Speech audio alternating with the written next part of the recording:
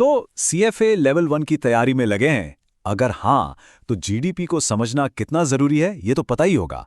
आज हम इसी टॉपिक को, जो कई लोगों को थोड़ा मुश्किल लगता है, एकदम आसान बनाने वाले हैं।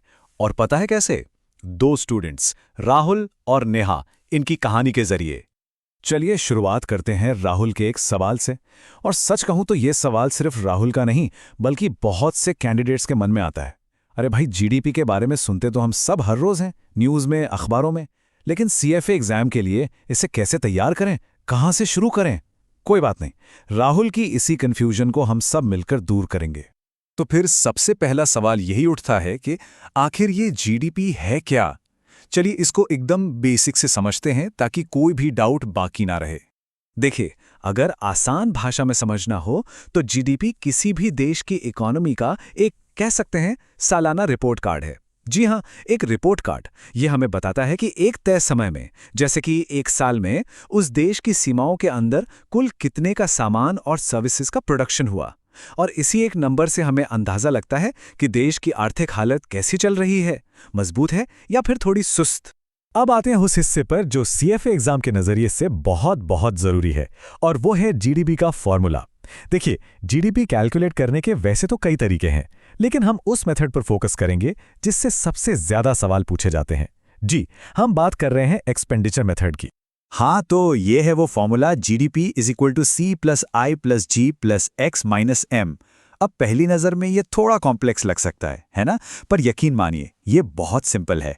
ये फॉर्मूला असल में एक पूरी इकोनॉमी में होने वाले खर्च को बस 4 बड़े हिस्सों में बांट देता है। तो चलिए एक एक करके इन चारों को डिकोड करते हैं। तो देखिए, सबसे पहले है सी, यानी कंजम्पशन। ये वो सारा पैसा है जो घर परिवार अपनी ज़रूरत की चीज़ों और सेवाओं पर खर्च करते हैं, मतलब हमारे रोज़ के खर्चे। और ये किसी भी इकोनॉमी का सबसे बड़ा हिस्सा होता है। फिर आता है आई, इन्वेस्टमेंट। ये वो पैसा है जो बिजनेस नई मशीनें, नई फैक्ट्री लगाने में खर्च करते हैं, यानी भविष्य की ग्रोथ के लिए किया गया निवेश। इसके बाद है जी, गवर्नमेंट स्पेंडिंग। ये तो नाम से ही साफ है, सरकार जो सड़कों, स्कूलों, डिफेंस पर खर्च करती है। और आखिर में है एक्स माइनस एम, जिसे कहते हैं नेट एक्सपोर्ट्स। इसका मतलब है हमने जो सामान बाहर बेचा, एक्सपोर्ट्स, उसकी वैल्यू में से जो सामान बाहर से खरीदा, इंपोर्ट्स, उसकी वैल्यू को घटा देना। अच्छा, थ्योरी तो बहुत हो गई। अब इस फॉर्मूले को एक्शन में देखते हैं, एक केस स्टडी के साथ। चलिए एक काल्पनिक शहर लेते हैं, नाम है दिवांगपुर, और हम दिवांगपुर की इकोनॉमी का पोस्टमार्टम करेंगे। तो ये हैं दिवांगपुर के साल 2025 के इकोनॉमिक आंकड़े। हमारे पास सब कुछ है, कंजम्पशन कितना हुआ, इन्वेस्टमेंट कितना हुआ, सरकार ने कितना खर्च किया, और एक्सपोर्ट इंपोर्ट के नंबर्स भी हमारे सामने हैं। मतलब जीडीपी कैलकुलेट करने के लिए जो भी चाहिए वो सब इस टेबल में है। अब बस एक काम करना है, इन सारे नंबर्स को उठाकर सीधे फॉर्मूले में फिट कर देना है। तो सी की जगह आएगा 500, आई की जगह 200, जी की जगह 300, और नेट एक्सपोर्ट्स के लिए हम करेंगे 150 माइनस 100। और जब हम इन सब को जोड़ते हैं तो दिवांगपुर की 2025 की जीडीपी निकल कर आती है 1050 करोड़ रुपए। देखा, एक बार जब कॉन्सेप्ट क्लियर हो जाता है तो कैलकुलेशंस बिल्कुल मुश्किल नहीं लगती। ठीक है, तो एक शहर का डेटा एनालाइज करना तो आसान था, पर जरा सोचिए, अगर हमारे पास पूरे देश का या हजारों कंपनियों का ऐसा ही डेटा हो तो हाथ से कैलकुलेट करना तो लगभग नामुमकिन हो जाएगा। यहीं पर एंट्री होती है मॉडर्न टूल्स की, जैसे कि एआई। चलिए देखते हैं कि ये कैसे सब कुछ बदल देता है। अब देखिए, माइक्रोसॉफ्ट कोपायलट जैसे एआई टूल्स से ये काम बच्चों का खेल बन जाता है। प्रोसेस बहुत सीधा है। स्टेप 1, अपना जो भी इकोनॉमिक डेटा है उसे अपलोड करें। और स्टेप 2, बस एक सिंपल सा सवाल पूछें, जैसे इस डेटा से जीडीपी कैलकुलेट करो और ट्रेंड्स बताओ। और कमाल की बात यह है कि एआई सिर्फ आपको एक नंबर यानी जीडीपी का आंकड़ा नहीं देता, वो आपको उस नंबर के पीछे की कहानी बताता है, उसका मतलब समझाता है। जैसे वो बता सकता है कि हाँ, कंजम्पशन तो बहुत मजबूत है, जो अच्छी बात है, लेकिन इन्वेस्टमेंट काफी कम दिख रहा है, जो आगे चलकर ग्रोथ के लिए एक रिस्क हो सकता है। और सीएफए एग्जाम में यही एनालिसिस, यही क्यों और कैसे तो परखा जाता है।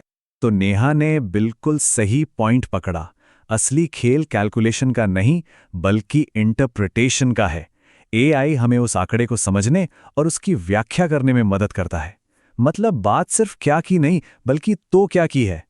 चलिए, तो अब तक हमने कॉन्सेप्ट को समझा, एक केस स्टडी भी देख ली। अब इस सब को समेटते हैं कुछ बहुत ही काम के प्रो टिप्स में, जो खास तौर पर सीएफए एग्जाम की तैयारी में मदद करेंगे। सबसे पहली बात, ये जो फॉर्मूला है C plus I plus G plus X minus M, ये तो एकदम रट लीजिए, इसमें कोई कंफ्यूजन नहीं होना चाहिए। दूसरी, हमेशा याद रखिए, इंपोर्ट्स M को घटाया जाता है, जोड़ा नहीं जाता। और सबसे ज़रूरी, न्यूमेरिकल्स की जमकर प्रैक्टिस कीजिए। और हाँ, सिर्फ रटना नहीं है, ये समझिए कि हम सिर्फ फाइनल गुड्स को ही क्यों गिनते हैं। अरे भाई, ताकि डबल काउंटिंग ना हो। यही कॉन्सेप्ट्स की क्लैरिटी एग्जाम में काम आएगी। और अपनी तैयारी को एक लेवल ऊपर ले जाने के लिए मॉडर्न टूल्स का इस्तेमाल करने से हिचकिचाना नहीं है। एक्सेल और माइक्रोसॉफ्ट को-पायलट जैसे टूल्स पर प्रैक्टिस कीजिए। आप चाहें तो खुद के मॉक डेटा सेट्स बनाकर उनकी एनालिसिस कर सकते हैं। इससे आपकी इंटरप्रिटेशन की स्किल इतनी मजबूत हो जाएगी कि आप दूसरों से एक कदम आगे रहेंगे। तो आखिर में बस इतना याद रखना है कि सीएफए एग्जाम सिर्फ कॉन्सेप्ट्स का खेल नहीं है, ये एप्लीकेशन का भी खेल है। मतलब फॉर्मूला जानना एक बात है और उसे असल डेटा पर लगाकर नतीजा निकालना और उसे समझना बिल्कुल दूसरी बात। तो अब सवाल ये उठता है कि अपनी तैयारी में इन दोनों यानी कॉन्सेप्ट्स और एप्लीकेशन के बीच सही तालमेल कैसे बिठाया जाए।